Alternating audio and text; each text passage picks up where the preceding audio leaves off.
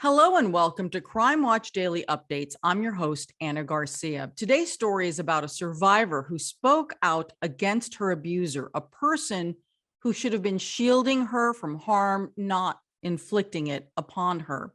Chloe Howey grew up in and out of foster care and was legally adopted by Michael Hines and his new wife, Patricia. But her new life in the Hines household became a nightmare.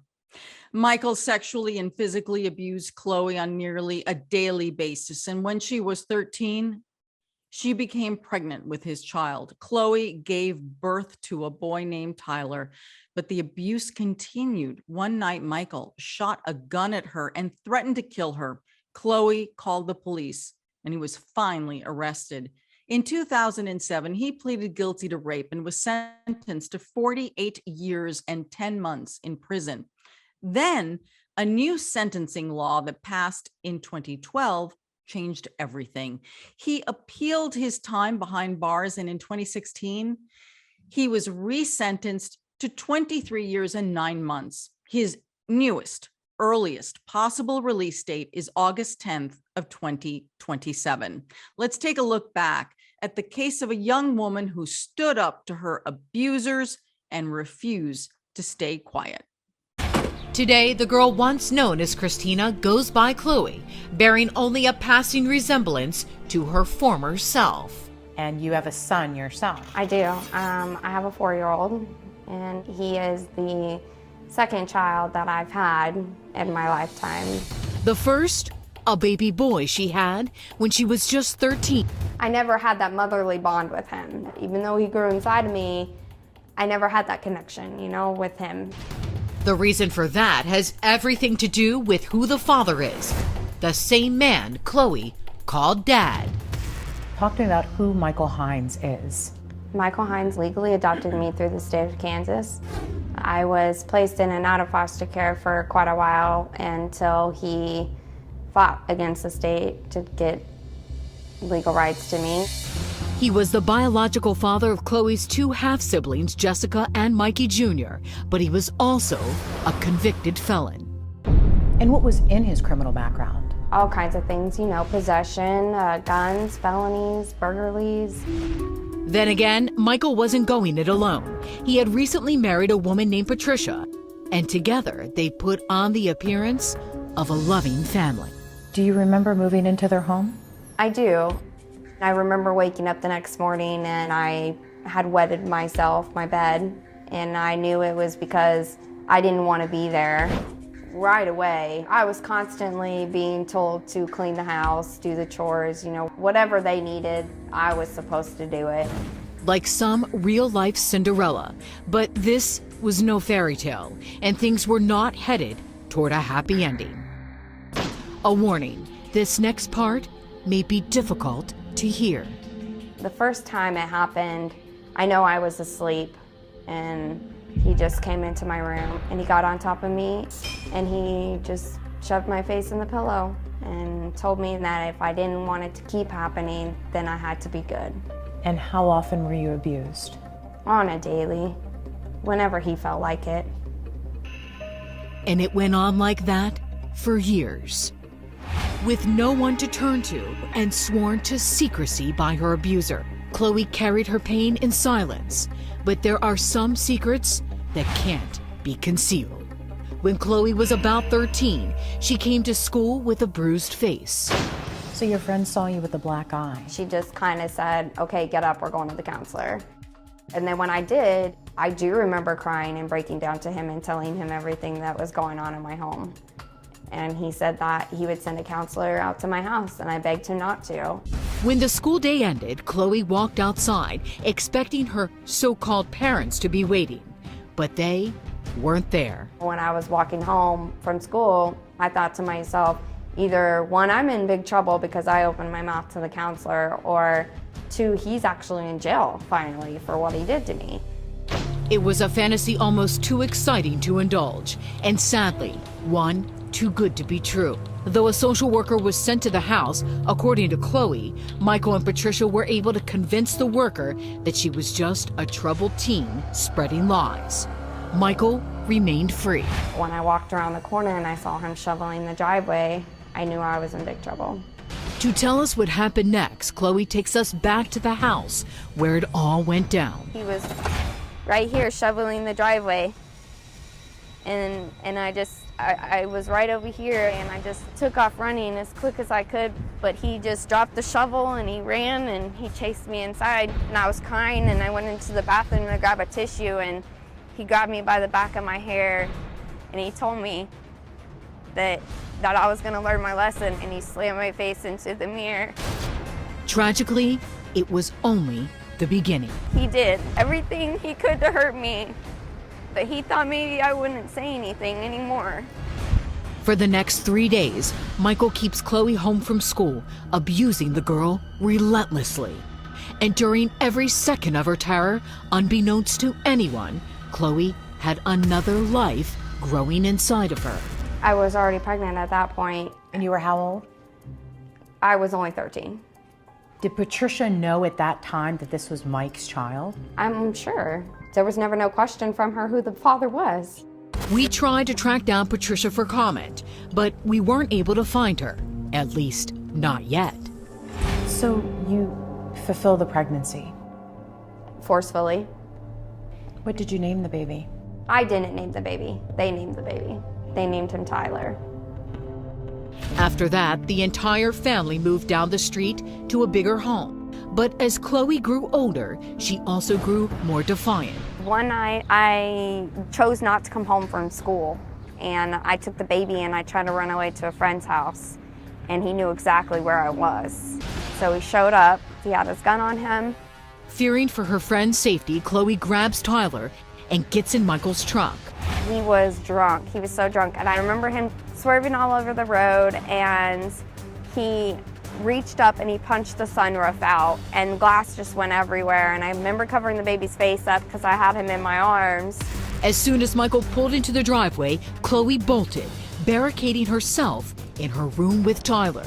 But the 200-plus-pound man forced his way in. He was just in my face, screaming and going off, and I kicked him. And when I did, the gun went off.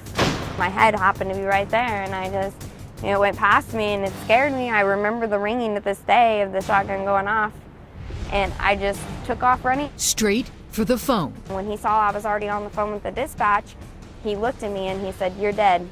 Luckily for Chloe, there wouldn't be time to carry out his threat.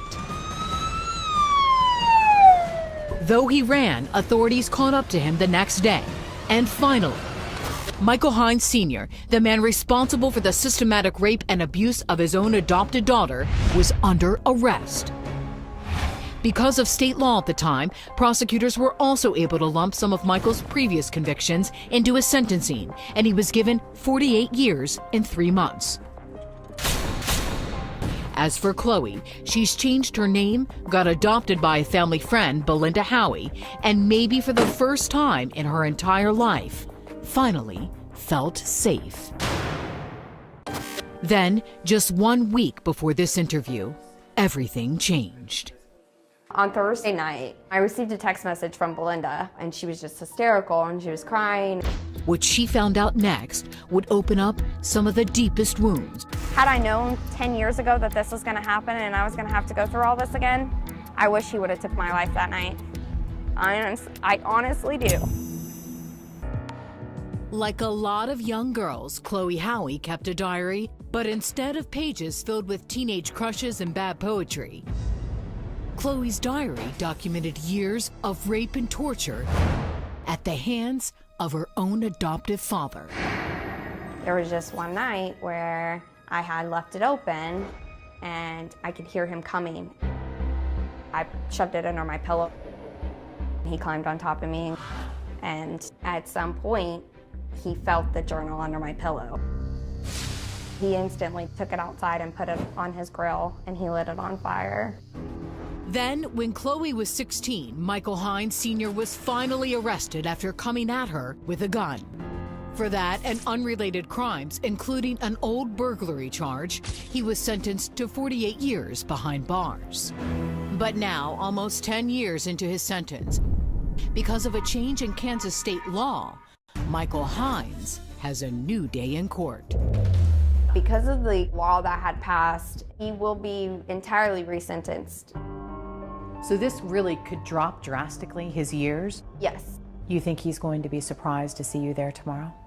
I hope he poops his pants because I know that he knows I can't have an influence on his resentencing. The next day, the day of reckoning. Though our cameras won't be allowed in the courtroom, Chloe shares with us some of the words she plans to read in front of her abuser. I am here to ensure that no one forgets the evil that you are, the evil that will follow me for the rest of my life, and the evil that will follow the child conceived through this monster. That evil is you. You were supposed to be my father, not my rapist. You were supposed to be my father, not the father of my child. You are here today because you think you have beat the state of Kansas like you used to beat me when I was a child. And I'm here today to tell you that you are dead wrong. You have not won, you never will, and hell has a very special place for you. I don't want people to get the wrong signal when I'm reading this later, because I am very emotional, but I'm hiding it because I just want him to hear me. And then it's time to head in. Good luck. Inside, the same judge from the first trial listened to Chloe's words, then looked right at Michael, and breaking with his usual protocol, began to lecture the man. The judge told Michael Hines his crimes are inexcusable, and he violated Chloe's trust as a parent. He gave Michael Hines the opportunity to address the court, to address Chloe, but instead Michael Hines chose to say nothing. Bound by the law, the judge was forced to overturn Michael's previous burglary conviction, cutting his total sentence in half. With time served, that leaves him with just 14 more years behind bars. Is Mr. Hines remorseful? He has expressed some remorse to me. He has expressed remorse? Yes, he's doesn't even know why he did what he did. However, I didn't think it was in his best interest, and he didn't think it was in his best interest to speak today, so he didn't. Tell me your reaction to the verdict. The judge did make what he could a fair ruling. While Chloe goes to gather her thoughts, I catch up with one of her staunchest supporters, Belinda Howey, the woman who adopted her after Michael's arrest and is now raising her son. You were crying in the courtroom. I could hear your sobs. You were sitting right behind me. For me, it takes me back to when they were little and all the pain and all the hurt that they felt. Standing by Belinda's side was another one of her adopted daughters, a young girl named Nevaeh. But like Chloe, she used to have a different name. You are Michael Hines' biological daughter. Yes. Were you one of his victims? Yes. For how long? It started, I think we were 11, 12. We were young. Was he ever charged with any of the crimes he did to you? No. Why is that? Because I couldn't stand up and testify. Has the statute of limitations run out? No, I don't think so. We promised Nevaeh will look into her claims, but first, Chloe and I still had unfinished business. There was one person we couldn't help notice wasn't at today's hearing, someone Chloe and I had talked about the day before. Chloe's adoptive mother, Pat. You think Patricia will be there? I wouldn't know. I mean, she did run off and get remarried instantly and say she didn't have anything to do with it. I highly doubt she'd show her face. She honestly... Well, it would give us an opportunity to speak with her as well and to be able to get her side. She wouldn't speak. I'm sure she wouldn't. But we had to try. So after initially failing to find her, we tracked down an address that we think is a place where Patricia may live. Can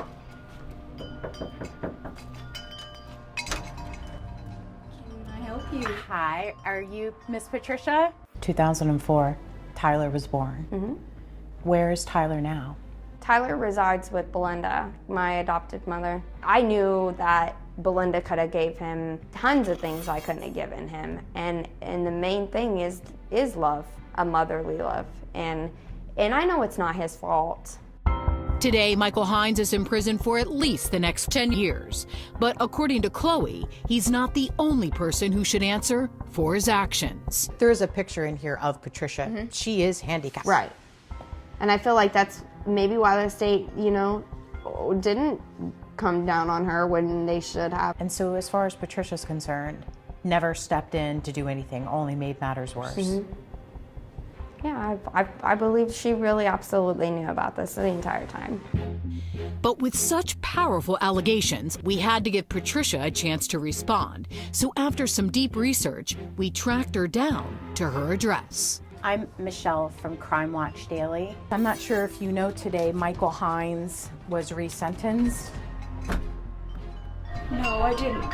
We were there for the sentencing. We were with Chloe in the courtroom. She read a very... Well, I sure wish I was there because I can tell you that Chloe Christina Green is a liar. She's a liar? Yes, ma'am. Why? Why do you say that? Because she has a mental disorder. I was shocked. Pat seemed to be blaming the victim. So even though Chloe says that you did have an idea, you say today... Absolutely not. I have no idea. And if she were standing right here, I would tell her face to face. We decided to put that claim to the test. And surprisingly, after telling Chloe what Pat said, she agreed to meet with her. A few weeks later, we set up at an undisclosed location. And finally, after nearly 10 years apart, the two come face to face. How are you feeling right now? Do you have anything you want to say? Just that I'm sorry that all of this happened to you, and I wish that you felt like that you could have come to me and told me that this was happening. And with that, things immediately turned contentious. I did come to you. No, you didn't, Christina. You did not tell me. I did not know. Chloe. And Chloe, do you feel differently? I know differently. I was the child. I'm the one who spoke. And when I did, you were the one who stated you did not believe me. And Chloe brought documents, she says, to prove it. Everything you keep saying that I lied about, everything is here. Hold up. You're saying what you have there is statements that I made in court? Mm-hmm. There's a statement in here that states, and I want to know if you remember stating it, that I was inappropriate with your husband, that I tried to kiss him on his mouth all the time. Did you say I that? remember making that statement. You do? That you were being inappropriate. Mm-hmm. I was being inappropriate. Right? You really believe that? Yes. Pat now admits that was, quote, her mistake. But there are more explosive allegations to come, including that because she couldn't have children herself, Pat may have actually encouraged the birth of Chloe's child. Christina, Chloe, it wasn't something I wanted. Can I ask you one question? Why, if it wasn't something you wanted, why did you ask the nurse to give you pills to produce breast milk? It was documented, so please don't say that you didn't say it. Did you ask for pills Did to you ask produce for pills? breast milk? I did not say that. Okay, what did you say? Because you did say something along those lines, though, correct? It may not have been that, but it was something along the lines. We talked about this at the beginning. Nobody's walking away. We're going to finish. Cut. We're done. We're done. We're done. We are done. Pat threatens to leave, but Chloe still has more to say. I honestly, listen to me though. Hear me out before you walk out of the room. Because this is serious, okay? And I would have never wasted my time to come down here today to face you and to say what I wanted to say if this wasn't important to me. I want to finish this. After a heated back and forth, the two sit back down to speak, and I want to give Pat a chance to answer another one of Chloe's claims. Pat, you ever hit her with your cane or with your walker? No. You had me cornered, and you were physically hitting me. Chloe, can we stop this back and forth? This is not achieving what I want to achieve right now. Tell me what it is you want to achieve. You're sitting there telling lies on me. Shortly after that, the two decide to go their separate ways. I wasn't able to ask Pat what she thought about the confrontation, though she continues to deny any prior knowledge of Chloe's abuse and still says she never abused the girl herself. She has never been charged with any wrongdoing. Either way, Chloe says she felt heard. What's next for you? There's a lot that needs to be done. There's a lot of people that need to be held accountable. Crime Watch Daily now has new information on the status of Michael Hines. We've learned he's been moved from state prison to a local jail. And surprisingly, Hines now seems to have at least something to say from behind bars. In an email to Crime Watch Daily, Hines tells our producer in part, "All I want now is to do the rest of my time, as I was incorrectly sentenced to begin with, and would appreciate it if everyone would leave me alone. I am paying for my crime." As for Chloe, the kind of wounds she carries never really heal, but she hopes that by speaking up now, she can help save others. If you are at home watching this and you are going through this and you're scared, turn to somebody. And if you don't have anybody to turn to me, because I will listen. If you have to find me on Facebook, 10 years ago, I was just this kid that would cry my problems away. But Now, you're a woman who fights. yeah.